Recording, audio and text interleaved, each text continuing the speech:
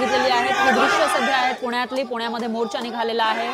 संतोष देशमुख यांच्या हत्या प्रकरणाचा निषेध केला जातोय. त्याचबरोबर सूर्यवंशी यांचा जो मृत्यू झाला होता जेलमध्ये त्याचाही निषेध केला जातोय आणि या दोघांना न्याय मिळाला पाहिजे अशी मागणी केली जाते. थोड्याच वेळापूर्वी मुख्यमंत्री फडणवीस नागपूरमधून बोलत होते. त्या ठिकाणी भाजपचं सदस्यता अभियान सुरू आहे.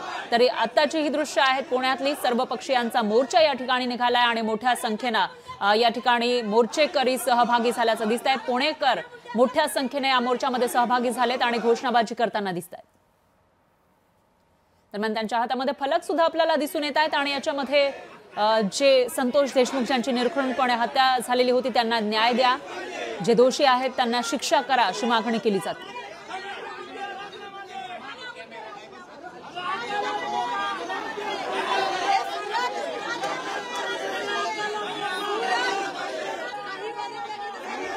जेलमध्ये मृत्यू झालेला होता त्यांचेही जे दोषी आहेत त्यांना शिक्षा करा अशी मागणी पुण्यामध्ये केली जाते. पुण्यामध्ये हा सर्व पक्षीयांचा भव्य मोर्चा निघालेला आहे. मोठ्या संख्येने मोर्चेकरी पुढे जाताना आपल्याला दिसून येत आहेत.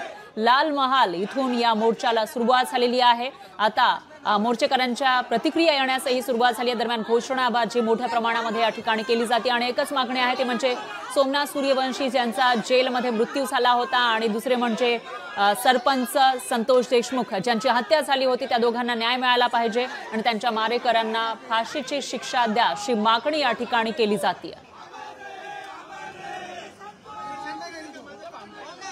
सर्व पक्षीयांचा हा मोर्चा आहे. या ठिकाणी काळे झेंडे आपल्याला दिसत आहेत. निषेध वर्तवला जातोय आणि शिक्षा करा दोषींना अशी मागणी या ठिकाणचे मोर्चेकरी करताना आपल्याला दिसून येत आहे. दरम्यान मोठ्या प्रमाणामध्ये पोलिसांचाही बंदोबस्त आहे. आज रविवार आहे आणि रविवारी पुण्यातल्या रस्त्यांवर अशा पद्धतीनं आपण बघतोय की मोर्चा निघालेला आहे.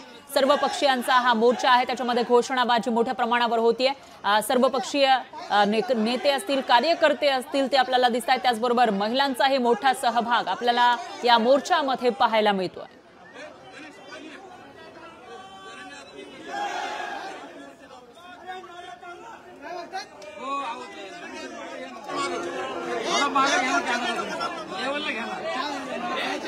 हत्या झालेली होती संतोष देशमुख यांची. त्याचा निषेध राज्यभरामध्ये केला जातोय. काल परभणीमध्ये मोर्चा निघाला होता. सोमनाथ सूर्यवंशी ज्यांचा मृत्यू झाला आहे जेलमध्ये त्याचाही निषेध केला जातोय. त्यांना अटक करण्यात आली होती आणि अटकेत असताना न्यायालयीन कोठडीमध्ये असताना त्यांचा मृत्यू झालेला आहे. त्यासाठी सुद्धा वेगवेगळ्या स्वरूपाचे आरोप केले जात आहेत. डॉक्टर बाबासाहेब आंबेडकर यांच्या पुतळ्याच्या जवळ असलेल्या संविधानाची जी प्रतिकृती होती त्याचा अपमान केल्याचा निषेध करण्यासाठी एका मोर्चाचं आयोजन करण्यात आलं होतं परभणीमध्ये आणि त्यावेळेला जी तोडफोड झाली, हिंसाचार झाला, त्याच्यामध्ये त्या प्रकरणामध्ये अटकेत असलेले सोमनाथ सूर्यवंशी यांचा कोठडीमध्ये मृत्यू झाला होता. त्याचा निषेध केला जातोय आणि याशिवाय बीडच्या मस्साजोग गावचे सरपंच संतोष देशमुख यांची हत्या झालेली आहे. त्यांना आधी किडनॅप करण्यात आलं, त्याच्यानंतर निर्घृणपणे त्यांना मारहाण करत त्यांची हत्या करण्यात आली. तब्बल 56 जखमा त्यांच्या शरीरावर आढळल्याचं समोर आलेलं होतं. त्यामुळे निर्दयीपणे त्यांचा खून करणाऱ्यांना शिक्षा द्या, फाशी द्या अशी मागणी केली जाते. आणि याविषयी अधिक माहितीसाठी आपले प्रतिनिधी चंद्रशेखर भांगे हे थेट पुण्यावरून आपल्यासोबत फोन लाईनवर जोडले गेले आहेत. चंद्रशेखर, काय सांगाल? आज रविवारचा दिवस आहे मात्र पुण्यातल्या रस्त्यांवर मोर्चेकऱ्यांची संख्या मोठी दिसतीये. कसं चित्र तुम्हाला दिसतंय? पुण्यातील लाल महल या ठिकाणाहून मोर्चा हा जो आहे तो आता सुरू झालेला आहे आणि हा मोर्चा जो पुढे जाऊन जो आहे तो फडके हौद चौक त्याचबरोबर KM हॉस्पिटल या मार्गावरून पुणे जिल्हाधिकारी कार्यालयावर त्या मोर्चा जाणार आहे. मोठ्या संख्येने जे आहे ते सर्व समाजाचे कार्यकर्ते, सर्वपक्षीय कार्यकर्ते या मोर्चामध्ये सहभागी झालेले आहेत. त्यांची एकच मागणी आहे की यामध्ये जे आरोपी आहेत, आपण पाहिलं की संतोष देशमुख यांच्या हत्येतील आरोपींना फाशीची मागणी सगळे कार्यकर्ते करताना दिसत आहेत. खरं तर आक्रमक पद्धतीने सगळ्या घोषणाबाजी आपल्याला या ठिकाणी पाहायला मिळत आहेत. एकंदरीत सगळ्यांची एकच मागणी आहे की यातील जे आरोपी आहेत त्यांना कठोरातली कठोर कारवाई करा, त्याच वेळेस संतोष देशमुख यांना जे आहेत तो न्याय मिळेल. निश्चितच कठोरात कठोर कारवाई करा अशी मागणी ते करतात. मात्र आपण जर बघितलं तर लाल महाल पासून तुम्ही सांगितलं या मोर्चाला सुरुवात झाली आहे. सध्या हा मोर्चा कुठे पोहोचलाय आणि दुसरं म्हणजे मोर्चेकऱ्यांची संख्या आपल्याला खूप मोठी दिसतीये.